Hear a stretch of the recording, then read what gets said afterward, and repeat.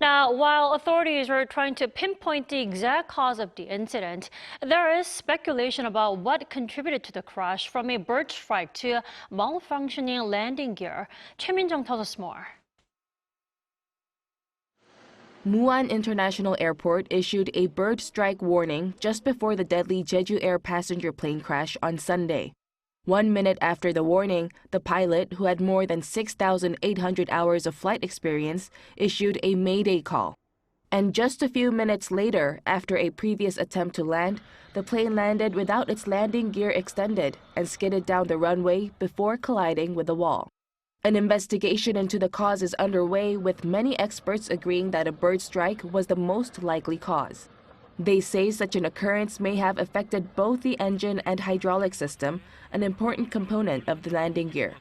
An expert says that the risk of a bird strike particularly increases during the winter, as migratory birds flock to the area surrounded by lakes and muddy ground in search of food.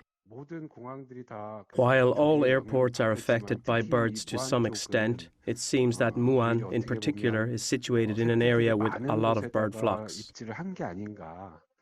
Other aviation experts, however, have questioned whether a bird strike is enough to bring such a catastrophic outcome. They argue that pre-existing defects in their aircraft could have been a reason behind the crash, as some note that a second engine could have powered the landing gear even after the failure of the first one. Experts are looking for a transparent answer.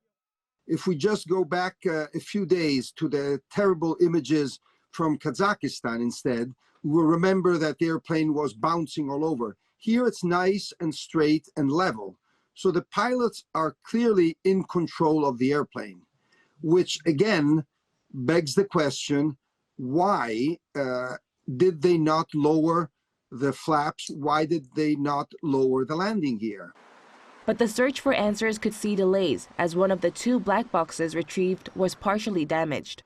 According to an official, the flight data recorder was damaged in the crash, whereas the cockpit voice recorder remained intact.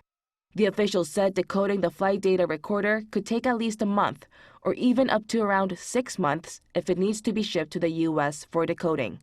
Meanwhile, U.S. investigators, including the National Transportation Safety Board, the Federal Aviation Administration, and Boeing, which manufactured the aircraft, are assisting South Korea in investigating the plane crash.